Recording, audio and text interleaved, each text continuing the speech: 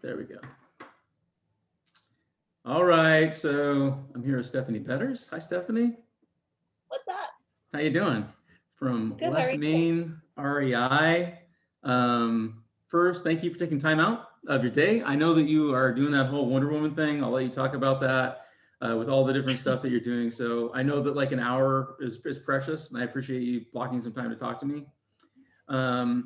But I've like I had mentioned to you before the call, and like when we were talking the other day, I've just had all the top, folks in the industry saying that they're talking about you and talking about Left Main. And I just heard about it maybe a month or so ago. Whenever I contacted you, they were like, I'll bring it up. And I was like, there's a lot of gadgetry in the industry. And so like usually when I hear about something, I'm like, okay, next week. But there's been a pretty consistent shift again across like people that are like the larger solid operators.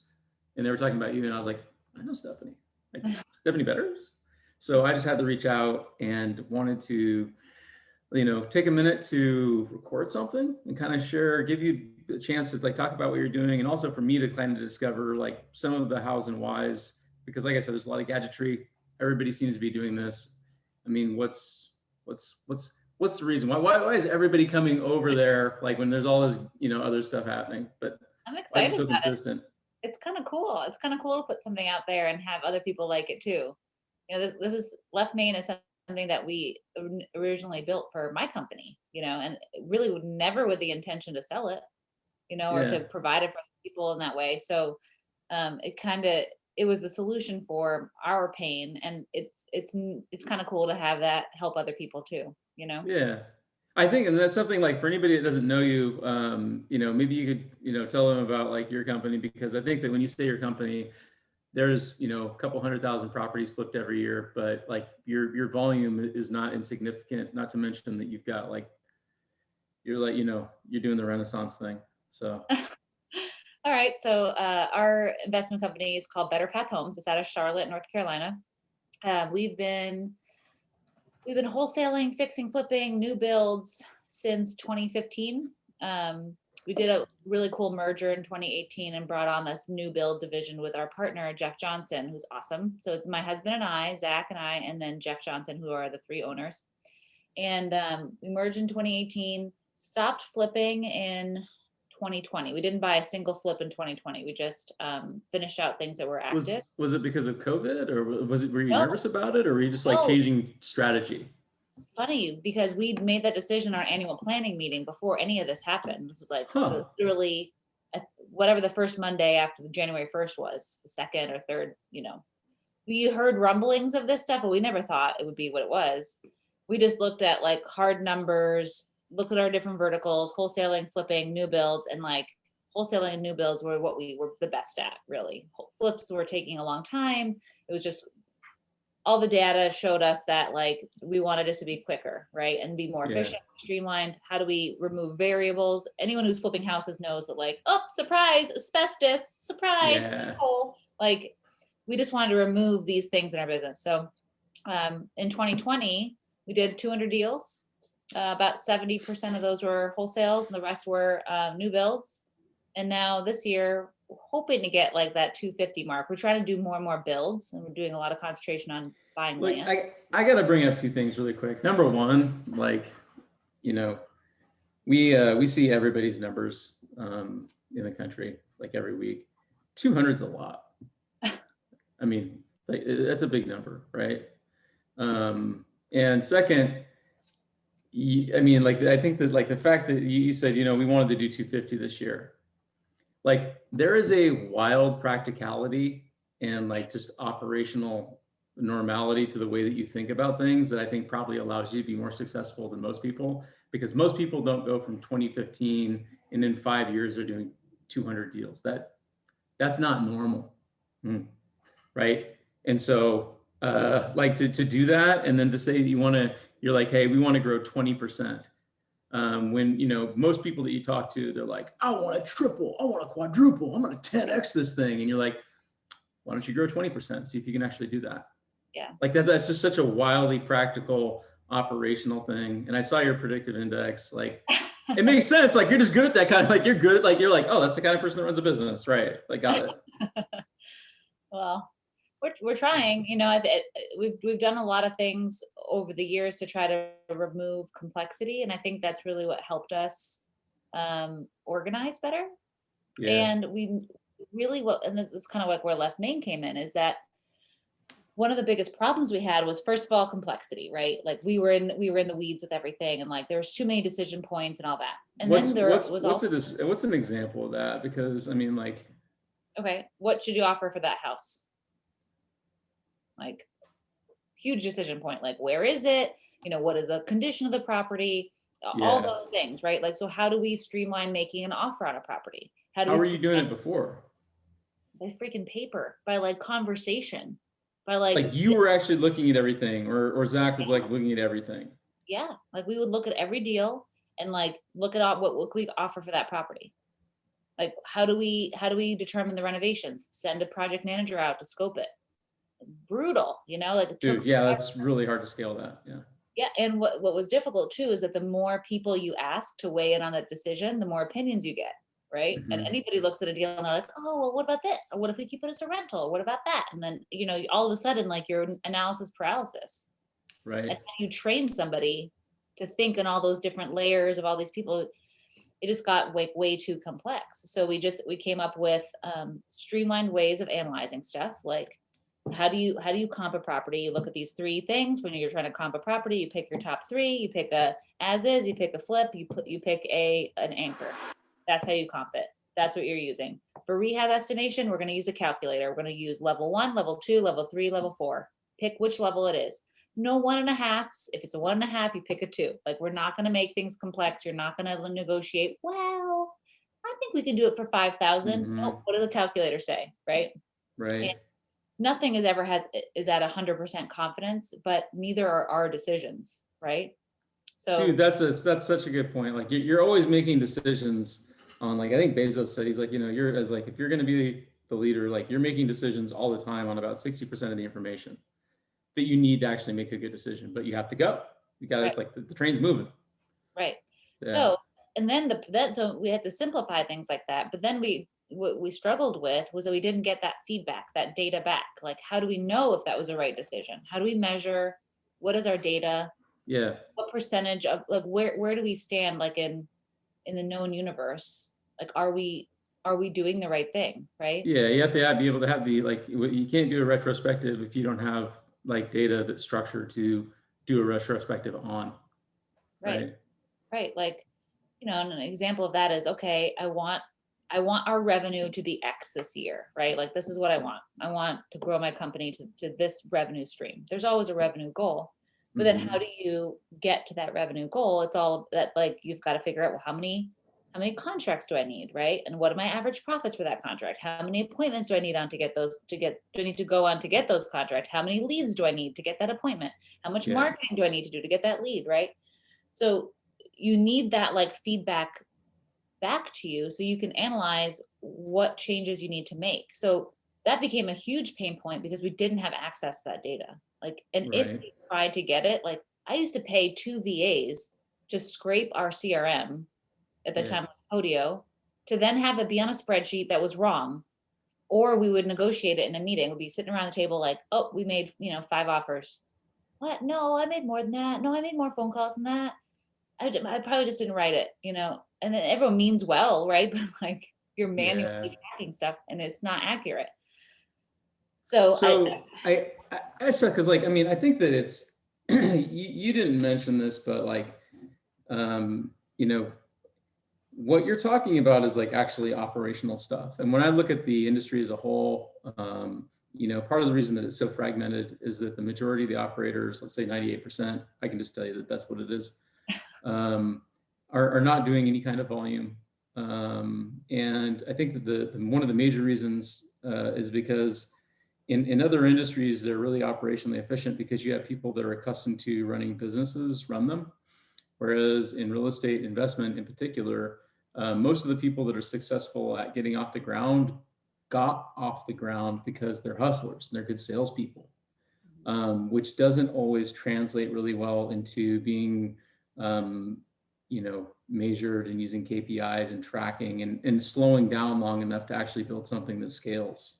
Right. But you seem to have this, either, so I don't know if it comes from training or if it's just this natural default to, want to look at your KPIs and measure and, track the metrics that are actually adding up to your objectives and that kind of thing. I mean, where does that come from?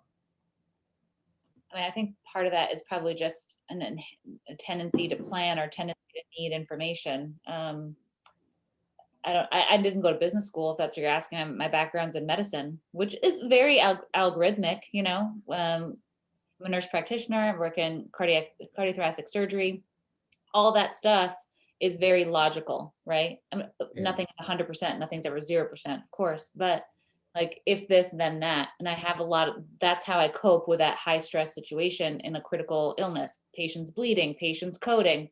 Like you can't just go, and like hustle through it. You've got to like know what the plan is. Like try this, that didn't work, try that. And I have that algorithm in my brain. And that's how you operate under stress. And I feel like that same stress is actually pretty applicable to like running and starting a business. It's freaking hard. Like, whew. Totally. And I had a really hard time with, I'll just be really vulnerable. I had a really hard time with fear, right? Like, and mindset stuff. Yeah, we talked about this. Yeah, like, Absolutely. Like, am I doing it right? Like, how do I know that I made that right decision? And then you talk about marketing, and you go to these groups and you're with other investors and you're like, yeah, I spent, 50 grand a month on marketing. And you're like, whoa, 50 grand a month? Like, yeah, I think what happens in those groups a lot of times, and like those groups have really changed the industry because they've had a really positive impact and really like helped the industry to elevate by, having people like you. I met you through a group, and I think that they've had this really positive impact. But there's also this, there's like authority bias that feeds in, and there's survivorship bias that feeds in, and you start judging your insides on other people's outsides. Exactly. And all of a sudden you're like, oh, well, like they're on stage and this guy has a suit on and he did this deal. He must be doing things really good. Yeah. You don't know what's going on the backside of that. And so it's really dangerous to start using to allowing, those biases to affect your decision, because all of a sudden you're making decisions on things that aren't like where you don't have all the information. So. Right. And I think that there's something about it that's initially incredibly helpful to just like abandon what you think in your mindset and just take the action, right? Everyone's like, take the action, make massive action.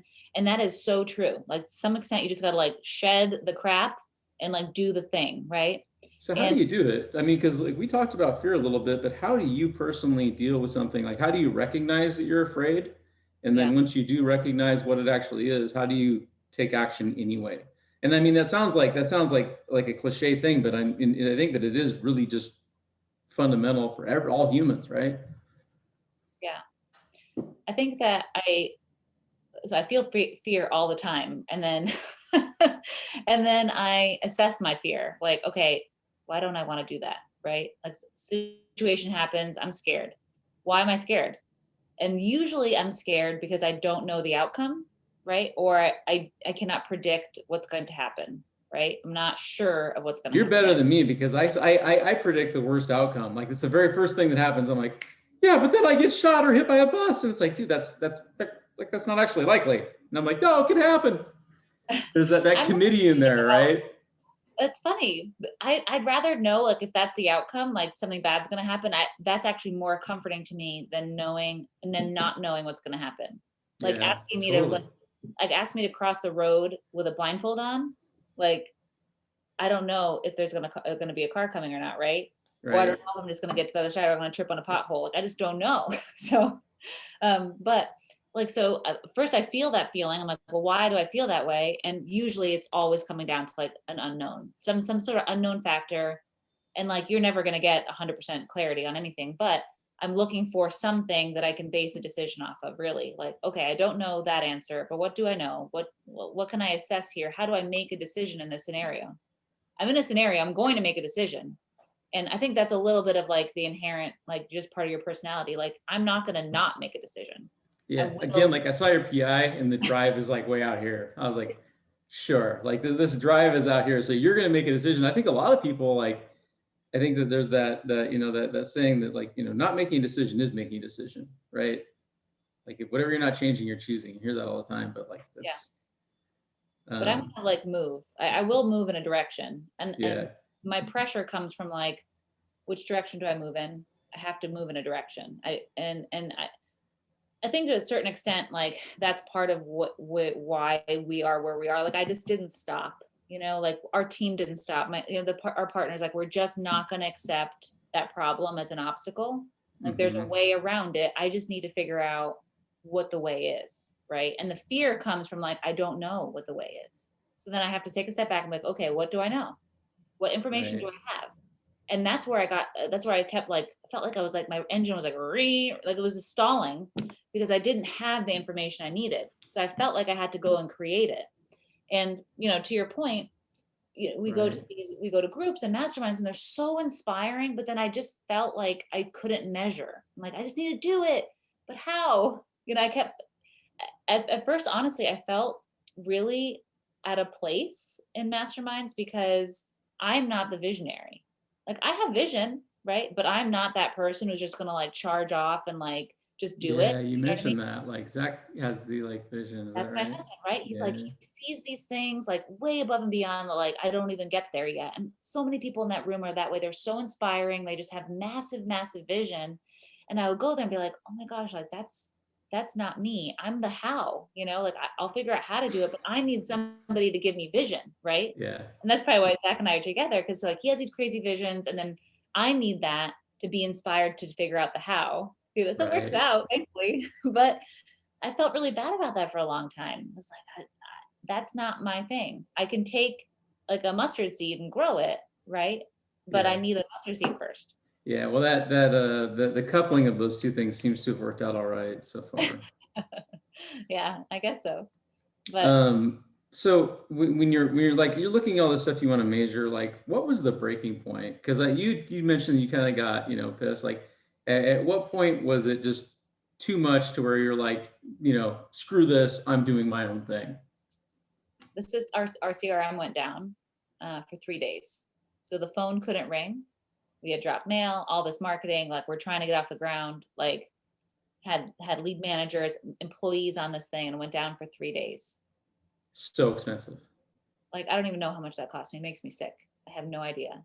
Yeah. And that level of like stress and like feeling so vulnerable, like, oh my gosh, like I don't even have my access to my data, like all that stuff that I kind of worked like held hostage by the tech. I was felt like exactly right. Like I felt like a hostage, and I was just like, I got to do something about this. This is crazy. We're trying to run $1 million business off like something that's going to go down for 3 days. I just physically can't handle that. So I just like, I just got really mad. Like I just got like, have you seen Inside Out? Fuel, the anger fuel. Have you seen Lewis Black's character on Inside Out where like he turns into like a flame? Yeah, he's like, yeah. Like it wasn't pretty. Like I really did like lose my mind. So angry. And this is one of those times where anger helped me. Because that's what set me out. It was like, I'm gonna figure this out. I'm gonna make my own solution. Like, what is it? And it set me on the course of looking into Salesforce. Right. And initially I was like, well, Salesforce is for people that have like a huge company, like have 100 employees. Like, I don't know if that Salesforce is for me, but it's the number one thing I can possibly think of. And I'm just tired of it. So what is this going to be, Yeah, I was kind of wondering that too. I mean, cause like there's a lot of different tools out there, and like, I had mentioned this, but like, I started using Salesforce way back, like when they were young, like 2008, 2009, I guess. And it was so complicated. I was like, I don't even know. So I just stripped it down to like super bare bones because it was incredible and it could do anything. But I mean, so can Python. It can do anything, but you have to like, it was like overwhelming how complex it was and what could be done. Yeah. I mean, but you went with it anyway.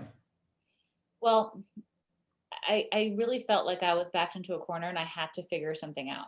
And I couldn't rely on our industry standard anymore because it just wasn't working out. And I felt like it was just underserving me. So My intention was to have somebody else build out Salesforce for me.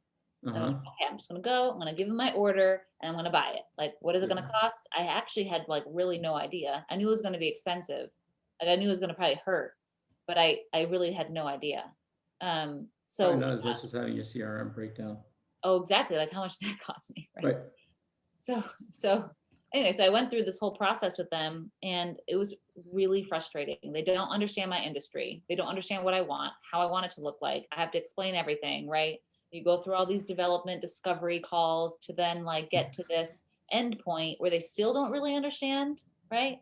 So they like gave me like this framework. This is what we're thinking. I got introduced to a developer who knew nothing about real estate.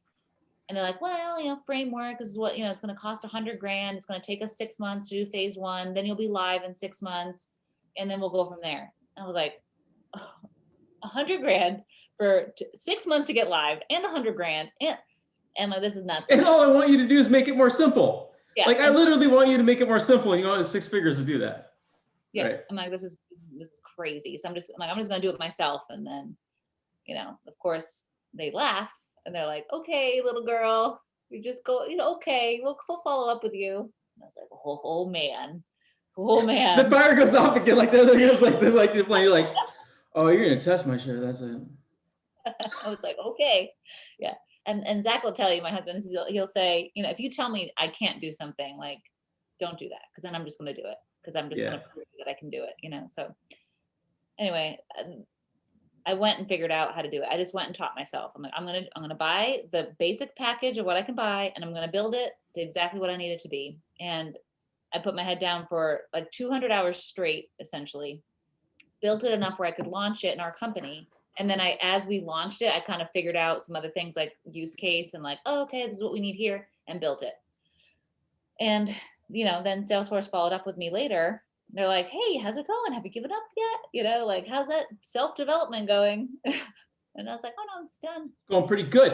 Going pretty good, actually. Going pretty good. Let me show you something. In half the time you did, right? That you quoted me, and it's not framework. So no. And what you haven't mentioned yet is that like you have 3 children, is that right? And how old are they? 11, 8, and 6. Yeah.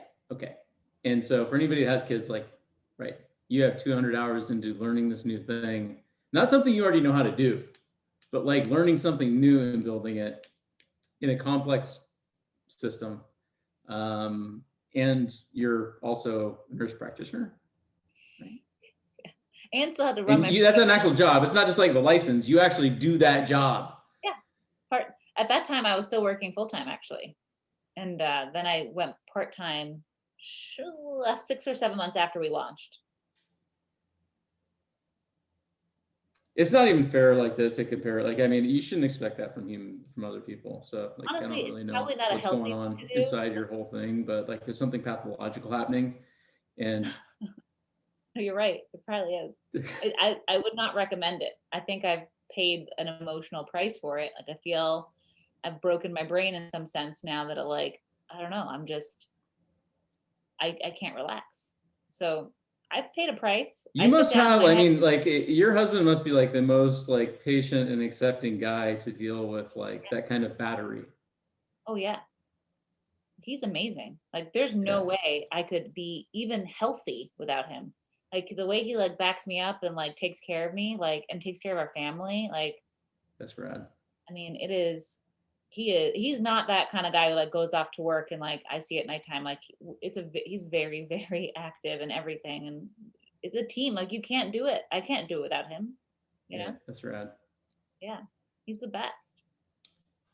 So you took all this time to build this 200 hours that you put into it, and before you didn't have the information to make decisions, and it was kind of blocking your growth and things are falling apart. Like for what it's worth, I had talked to somebody not very long ago, maybe 6 months ago. They told me that they were spending, it was like $70,000 a year to maintain their, the industry standard CRM.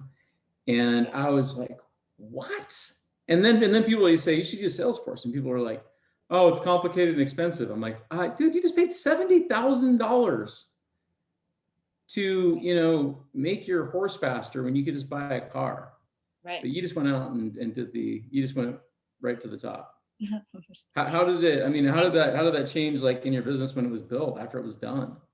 Huge. I mean, the kind of insight we had now in our business, like, so first of all, the CRM, like after it's built and deployed now, like it's pretty simple. Like it's not an intimidating Salesforce situation. Like it's intuitive. It feels, my objective was I wanted to be able to tell, are we okay? Are we projected to be okay? And I wanted leads and sales management to feel like a moving river. Like the lead comes in and it just like inherently goes down the stages. Like it gets called, followed up, and then it just like goes down this path, right? Almost like instinctively, instead of like getting lost and where is it and what list is it on? And did I export that? And where, did that have a task? Where are the tasks? I mean, I wanted it to feel that way. And I think I've achieved that part. So when we did that, when we looked at like actual, like the corners, like the dirty corners of our business, like the ones with cobwebs in them, like that Which are like, takes courage in the first place. Like it's scary to look there. Like, it is. We looked at things like, I had all these questions like, well, why do we need so many leads, right? Like how do we get more out of what we have? Like these are like Prada shoes we're paying for here, right? It's like $400 a lead for some things. Like I could get a nice purse for that. And we're just like abandoning those leads, right? Imagine if I did that with like shoes or something, my husband would kill me. So I'm like, we need to value those leads and we need to really understand what it takes to qualify a lead. And like, it's not just the marketing's fault. Like everyone wants to blame marketing. Everyone wants to blame the stuff that happens before you because it's hard to look at the stuff that you suck at.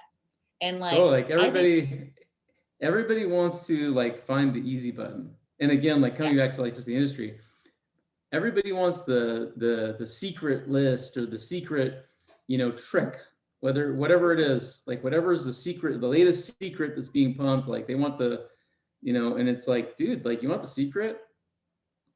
It's operations. Like, like that Gary, I think I shared that Gary Vaynerchuk thing where he's like, he said, what's the ROI of a basketball? To LeBron James, it's whatever it is, like couple $100 million or whatever. He's like, to me, it's zero because I'm not good at basketball. So yeah, when you're paying for those leads and they're all really expensive and you're not closing the leads that are on your desk and you're like, oh, I just need more leads. You're like, really? Because you closed like 2% of what closed. Like there were 100 deals that closed last month that were in your CRM. You closed 2 of them. You need more? Right, exactly. And I just kept, that was the slogan that I heard everywhere. You just need more leads. You need more lead sources. You need more leads. And I'm like, I don't know that that's true. What if I understand the leads we have? So we dug in and looked at like, okay, when a lead comes in, what percentage of the time do we actually contact them? That was an ugly number when I found that out. I think I told you that, but when we first looked at the percentage contacted of the leads that we paid for, 30% of our leads were completely uncontted. That means we never even got a chance to qualify them. And we tried to gets really expensive really fast. Well, how much, I didn't want to think, it makes me sick now, and then it's like, okay, well, what is a good percentage contact? Like, should we expect 100%? I don't think we should ever expect 100%, So where we're at now, it took us 2 years to get there and like figure out all these best practices and stuff, but now we're at like 8% uncontacted. And the ones that as time goes on, those leads that come in, they get contacted over the course of a week. Most of the time, 95% of the time, the new lead gets contacted the first week. And by contacted, I mean, not like the first time we try, but the first time we have a conversation, like the text message, the text message response, the email response, the phone call pickup, like something in return. We're trying, but what was happening before is we would try, put a follow-up for 1 month. We didn't like hit them like incredibly hard until we got them on the phone or had some sort of pulse on them, right? So even lead forms, even if we do the first action at 0 minutes, because we have all this automation built in, they get an email, they get a text, they get a phone call, they get an RVM, everything happens immediately. Our action is immediate, but we need to be relentless, right? And then until we have a conversation with them. So that's how we started moving that needle. And now we need so many less leads. Now we can do so much more with so much less. And actually make more money. Like you have a higher like top, I have not just a higher top, but a higher net, right? Exactly. Because it's not just the top line, it's the net that's higher. Right. I mean, before, like, I look back and like we were literally burning money to make up for the fact that we sucked at managing leads and sales, burning Yeah. it just to like try to accommodate like just numbers game, like just pour crap in so that you get something out, you know? Yeah, just like they're trying to hit the easy button, but there is no easy button. Like the thing, what's funny too is like when I think that when people think about the leads that they didn't follow up on or something closed and they didn't follow up and they see it and they see the journey and they see that they had just lost it when they didn't follow up. Right. I think a lot of people think about the cost of the lead. It's not the cost of the lead. It's the $20,000 or 30 or 50, whatever that you didn't get by closing what was sitting on the shelf. And so we made that's one of the big things we did too, is we started assigning so we have leads and we have opportunities. Opportunities are qualified leads, right? And we started assigning a value to that opportunity. And we made that value $15,000 because that's our average assignment fee. And we make minimum of Dude, that. that's so smart. Like, so now you can look at you literally can log in and look how much you have in follow-up. I'll tell you right now, I have $1.7 million in prospective income sitting in follow-up. wow. Like, so you show that to and I wish that was less. I wish more of that was in my bank, right? But like you look at that and you're like, whoa, this is really worth something, right? Like, and is that automated in your system? Yeah, That's not. yeah. And you can choose what you want your value to be. Like, so if your value, if you're in a smaller market, it's 5,000, fine. But now you have that visibility, and that's very motivating. You show your acquisition reps, like, dude, this is your revenue, right? Like, just go get it. They're like, oh wow, like there's a lot in here. Instead of it being the dirty. So valuable to show them what the actual and say like, this is your money. It's just waiting for you. Are you going to go get it? Right, just go get it out of the system. It's already in the system. Like the Glengarry Glen Ross. What? It's like the Glengarry Glen Ross. Yeah. It's like, yeah. Go get it. The money's out there waiting for you. You're gonna get it. Right. And then it becomes that then you feel accountable, so like you become a better operator just because you're clearer incentivized, like we want to know what to do. I think people just don't know what to do first, or they don't know where the value is. So let's just make it super obvious. Let's just make the number game super obvious. Let's make the metrics super obvious. That way, when you see something like, let's say you want to send out a mail campaign, right? Say you get a list from Audente and you're like, which one should I hit? I can only send 1,000 letters. What am I going to do? Well, why don't you just refresh your dashboard on Left Main and see where the top areas you buy deals from and send to that zip code. Like, just, it's all heat mapped for you. So for what it's worth, like a lot of what I've seen the top operators in the country doing, and we work with most of them. Like, and what we've seen a lot of them doing is that they're not doing a lot of new marketing. A lot of them have, and I'm talking about specifically the people that shifted over to Left Main are talking about just what you're talking about. They're talking about saying, hey, we're using Left Main now, and now we're going back and saying, look at how much money. And I talked to somebody, I guess it was like 3 weeks ago now, and he said that, we went back through and looked at what we lost that was already sitting in our CRM, and it was well over $1 million that was just sitting on the shelf. And they just didn't have the processes before they switched over. They didn't have the processes in place to take what was already sitting there in the refrigerator. People were taking people were walking in their kitchen and eating their sandwiches. Yeah, that's rude. It is rude. Like, who does that? Like, get out of here. Like, that's breaking and entering. Like you get a restraining order for that kind of stuff. That's bad. Yeah. So like, how did, I guess you built this for yourself. How did you decide to start, move? How did you decide to open it up? Because, I know that there's this philosophy of like being really open and sharing everything.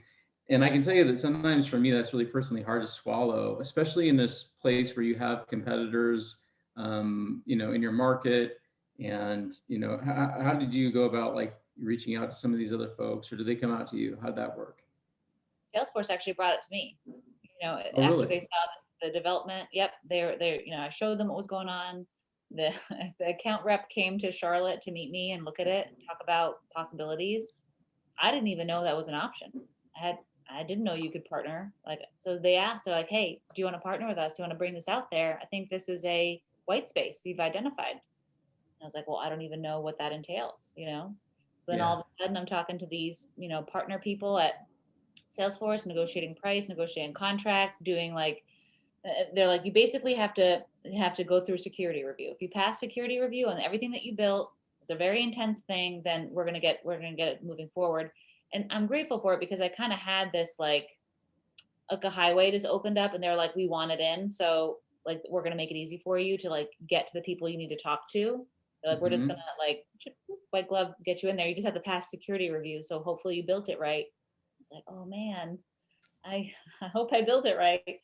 And yeah, the security process and trying to get something live like that is a big deal. And it passed first time. Boom. A+. They tried to break it. They tried to like hack in and stuff, and they couldn't do it. So it was cool. And then it went live. It went live a year ago. January 2020 is when it went live. Yeah. Yeah. And I'm like I said, I've heard a lot of people talking about it. And it's not the opportunity seeking community, I guess. It's people that are like solid operators. How much have you guys grown? Like, how do you deal with that? I mean, I went to your, like, you have a lot of training going on, and like, it was good. Thank you. We've grown a lot in the last year, like basically zero to we're well over 400 users now. Yeah. And it's kind of funny because I didn't expect that growth to be so fast. When this first launched, I was like, okay, I'm gonna like float it to some of my friends and see if they want it, and they're like, yeah, we'll try it, we'll do it. And they did it, and I got some really good feedback from them. They loved it. And then even I got some really cool things that we tweaked, like, oh, they wanted this field or that field in there. So we did that, and we like made a couple little package upgrades based on other people's businesses, because this was just my business, So they had like little things they wanted to add, which was really energizing for me. Like I was like, oh, they like my baby, and like they gave me a new outfit. So okay, let's try that. And then it kind of like did this organic thing where I didn't advertise at all. I was actually a little bit afraid to, because I cared so much, and I still care probably way too much than I should. But I just I struggle with that. Oh, I really cared. So I was just scared to put it out there. And then it had its own little word of mouth thing happen. And then I was sitting in one of like these little group accountability things that I do, and talking to some of my friends, and they're like, you need to stop it. Like, you need to talk about this. This is something. And I'm like, is it really something? They're like, it is something. You need to talk about it. So from that point forward, like I was like, okay, I'm gonna put an ad out, and I'm gonna publicly talk about it. And then it like exploded. It like just absolutely exploded. And then my team has grown. Like I have a whole team now in Left Main. Before it was just me.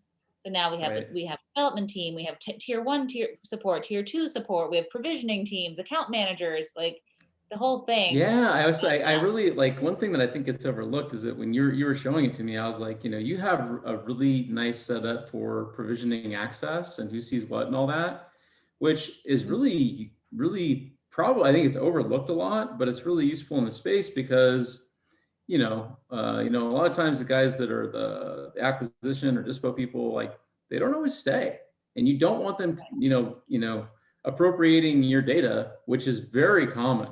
Like very common. And then, you just like, gave your new competitor all this information. So yeah, no, there's a lot of security features in there, which is really awesome. It's built to have like this hierarchy system. So people can either only see their records, or department specific things can only see department specific things. And the biggest example is like acquisitions getting access to your buyers list, or to your lenders, or to your transactions. Like that is 100% protected. Those people cannot see that area of your CRM unless you explicitly give them permission. So have a special little permission set that the owner of the company is the only one who can administer that permission set. And like double checking, this is who you want to have access to. So the security and the privacy is awesome. It's really, really awesome. And only the owner can export data, so that's another big thing. Like you can't print a list of leads. You can't export a list of leads. You can only import. Everyone can import, that you give access to import. That's fine. Yeah. But you cannot export or print. So a lot of like cool little just underground protections in there. Just underground protections. Yeah. And then we also have mafia guys that'll come to your house and they'll just come knock on the door. You click the wrong button. It's a shame when bad things happen to good people. A lot of clocks get broke. You can see too, like what IP address people log in from and like the last time they log in and all. It's awesome. Everything that somebody does in that system, every click they make, you can track it. Every click they make. Right. Oh, sorry. That's just low hanging fruit. I'm going to take that. If you tee that up, I'm like knocking that out of the park. Right. That's what I think myself when I'm doing my audits. Yeah. Yeah. You know what's interesting too is like when like you had that kind of growth and it was organic and you've got all these people sharing, and it's not like this is free, right? I mean, there's some like stuff out there that, I mean, in the world of like gadgets, I say this a lot, but real estate, I think is probably, as far as like gadgetry and like something new and shiny, is like one step above multi-level marketing. And it's not that even, it's like a half step, where there's this world of like really incredible marketers and like the stuff is like, free, in CRMs too, there's like a lot of free stuff, and yours is like, it's a decent amount, but everyone's doing it anyway. And even after they do it, like, it's not like they're having like this, oh, I wish I wouldn't have done, like they're talking about it. You have like this really high net promoter thing going on. So I think it just says a lot about the fact that it's working so well. And when I looked at it, I mean, like, I was like, I get it. Like, this is gorgeous because it's simple. It has everything you need. And it's just like, it's easy to understand. Like That's a big compliment coming from a data person. So I appreciate that. That's awesome. Yeah. Well, I mean, like anybody can make something complicated. To take something complicated and make it simple, I mean, that's a win, right? That's the ball. Yeah. So, I think that, I guess like before we wrap up, I wanted to just, make sure that everybody knows where to reach you. So how do people get in touch with you, Stephanie? How should they reach out? Just come knock on my door. No. So leftmainrei.com. You can go to that. Yeah. You can email me, Stephanie at leftmainrei.com. You can find me on Facebook, whatever. I'm out there. And, like I said, we don't do a ton of this. I think maybe we'll start doing more, but since we don't, I always like to ask people, like, just whenever I'm talking to somebody, because I like to learn new stuff. I think everybody does. It's kind of like active, but what's the best book that you've read recently? I got 3 questions. Like, that's the first one. Like, what's the best book that you've read that you would recommend for folks? Oh my gosh. Good to Great. Jim Collins. Good to Great. Oh yeah. Yes. Yeah. So good. So good. I love that book. Yeah, that is like a fantastic one. And I've reread it a bunch of times. I don't generally like write in books or like take notes, but I was like, circle, underline. It was good. I always do. Like, I tell people, like, I tell our team, because I'll like tell them to read something, and I'm like, look, I don't want you to read the book. I want you to use the book. Right. Because people will be like, I read 400 books this year. And you're like, yeah, like, dude, why don't you just use one, and then why don't you just read one book and then do it? Yeah, exactly. People I read 400, like, whatever. Like, did you like just read one, like make plan from it and like do that stuff? So that's rad. What is your favorite new tech? Not yours or ours. Like, what's the favorite new tech that you've seen that you think is like just mind blowing? Ooh, new tech. I browse the Salesforce App Store all the time just because I'm like, oh wow, look at that. I'm trying to think. I think that it's not really like a super tech thing, but it's like have you ever heard of send out cards? Okay, so this is like, it's kind of like grandma's multi-level marketing thing, right? I think it's meant to be like this thing, like this multi-level. It's like Arbonne or whatever. But I think like low key, like ninja. So what it is you buy like the subscription to send out unlimited greeting cards, including postage, for $100 a month. What? How does that even work? Right? Like unlimited cards. So I think like most normal people are like, oh, I'll send out cards to like my family for their birthdays every month, right? And like that's how it's like marketed.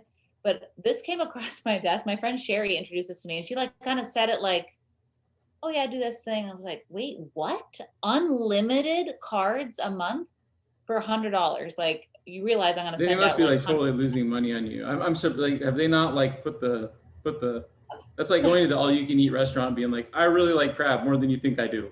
and then like just eat all the crab. Yeah. It's like get kicked out of the casino, like when you make too much, right? Yeah. I did get in a little bit of trouble because I built a bot to like click on the screen for me. So I would just like click enter and they would like click on the card, click on the thing, and then like had this like little script to make a template. Right. So they didn't like that because they emailed me and they're like, did you send 100 cards in 5 minutes? I was like, oh, I don't know. My VA was probably. So you can't do that. Like you can't like flagrantly abuse it, right? And I probably shouldn't say that like on public. Right. Just strike that from the record. I'll strike that whole thing there. Yeah. Like, but anyway, you can't like you can't abuse it. Like you've got to pick different cards. You've got to use like templates and whatever. But you can. I send out hundreds of these things, so it's a little bit manual. Like you have to click on stuff and you have to put in your template, right? And like change things a little bit. It takes about 2 minutes to send a card. So, but then you can send unlimited cards. wow. So that was a huge like benefit for us in our business because it was super meaningful. People got like a personal greeting card in the mail. Yeah, like that one-to-one, like the account-based marketing stuff is huge. So big, like that relationship. And like you can also send like little gifts with that. Like you can send a gift card or like a package of brownies or cookies or like caramels and stuff like that.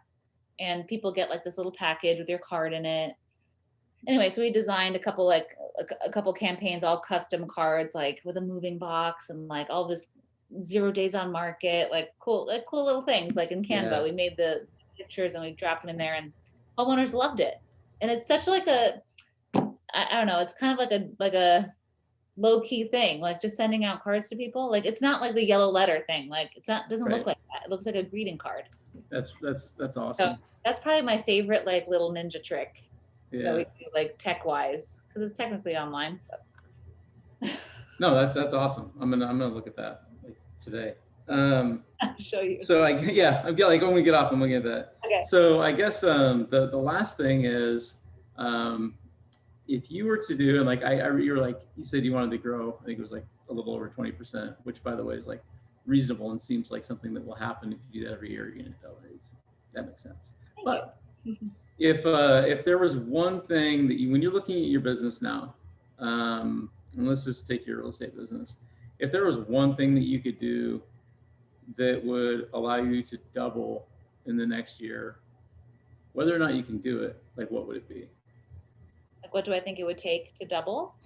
Yeah. What if you had to focus on just one objective that you think would double your business, what would it be?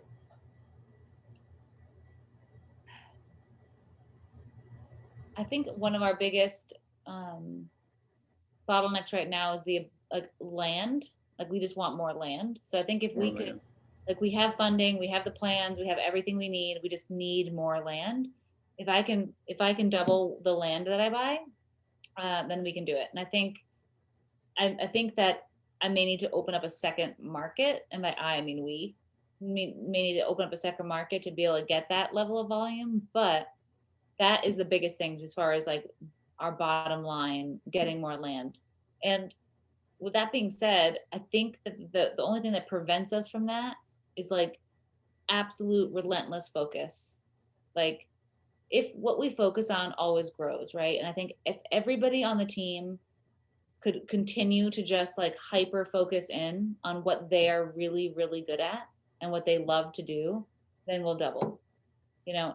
And I'm not perfect. Like we have so many problems, right? There's always something breaking and there's always this lack of focus and there's always this like try this or that or whatever. We get sucked into that too. We're not immune. And members of our team, sometimes it's really hard to like keep that focus on for other people and teach other people how to focus and learn how to lead leaders, right? Like that's a different level for us to learn how to lead leaders and then teach those leaders how to focus and then stay focused ourselves. So I think that that's probably our most rate limiting step is just the ability to like hyper focus on what that one objective is and to keep it super simple always, you know? Yeah. And for us, I think that like the result is more land. Like just land is awesome right now. We love it. Kind of going horizontal instead of trying to, because at some point there's like this diminishing return. I think that when we were first starting out, I talked to people and they'd say, hey, I want to like, double or triple my volume next year. And no one ever asked the question, can you? Right. Like, because there's only going to be so many sales in any zip code. Like in any zip code in a given year, well, there's only going to be so many sales and only so many of them are going to fit your box. And, there's a diminishing returns. You just try to like push that out further and further. Like, but going, taking it and going horizontal into the next niche, which is land or mobile or multifamily, whatever it might be, retail, it's kind of like I think that's why I think I don't think we're at like a saturation point in our market right now. I think we're, as far as land acquisition goes, but I think we're probably approaching it. So to your point, like, what if we saturate the entire market? Like, what if we get everything? Would we still be able to double? I don't know that we would be able to double. I think we'd have to go into another market to double. But if I'm gonna be really honest, like, I don't want to double every year. Like, that's super stressful. It is like it's really, yeah. Like, it has a cost. And I think that when you're first launching, like doubling is an expected thing. Like, if you're a brand new business, like, you can double your business in 2 years, right?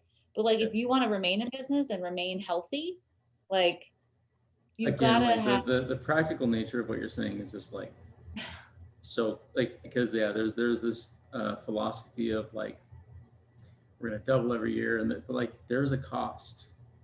Yeah. There's a cost, not just like on you as the leader, there's a cost on the people that, on your team, the people that support you in your business, right, in asking them to do that. And like long term, it's not always like it brings away the focus. Like that's probably the thing that's the most distracting, is like, what do I need to do that's different to be able to double? Like, right, you can't, when you're looking to scale like that and double, triple your output, you've got to do something different.